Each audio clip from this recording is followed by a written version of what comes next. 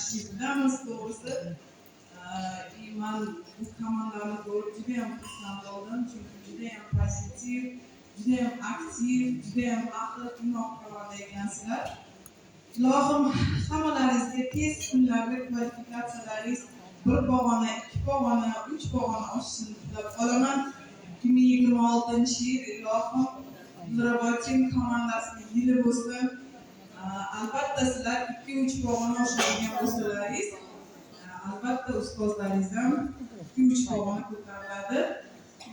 Azizlar, aynan mana shu regionda Dilrabo bilan mana birgalikda xizmatdamiz. Mani aynan mana shu Samarqand, Navoiy, Buxoro regionida sizlarga yordamim tekkan bo'lsa, bemorlaringiz sog'lomlanishda qo'shgan hissalarim manfaatli bo'lgan bo'lsa, men bundan juda ham xursandman, mamnunman. Hammalaringizga omad tilayman. Bugungi mana bu uyushtirilgan har oyning oxirida bo'ladigan mana bu yig'inlaringiz, ya'ni Dilrabo Team Leadership'i dasturxon ustida to'g'risi meni o'zimga ham bitta zo'r fishka bo'ldi.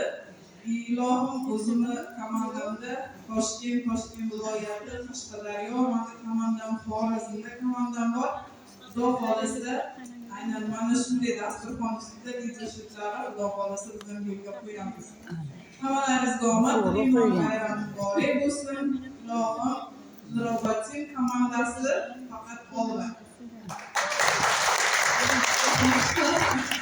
Yaxshi tilaklaringiz o'zingizga ham hamroh bo'lsin.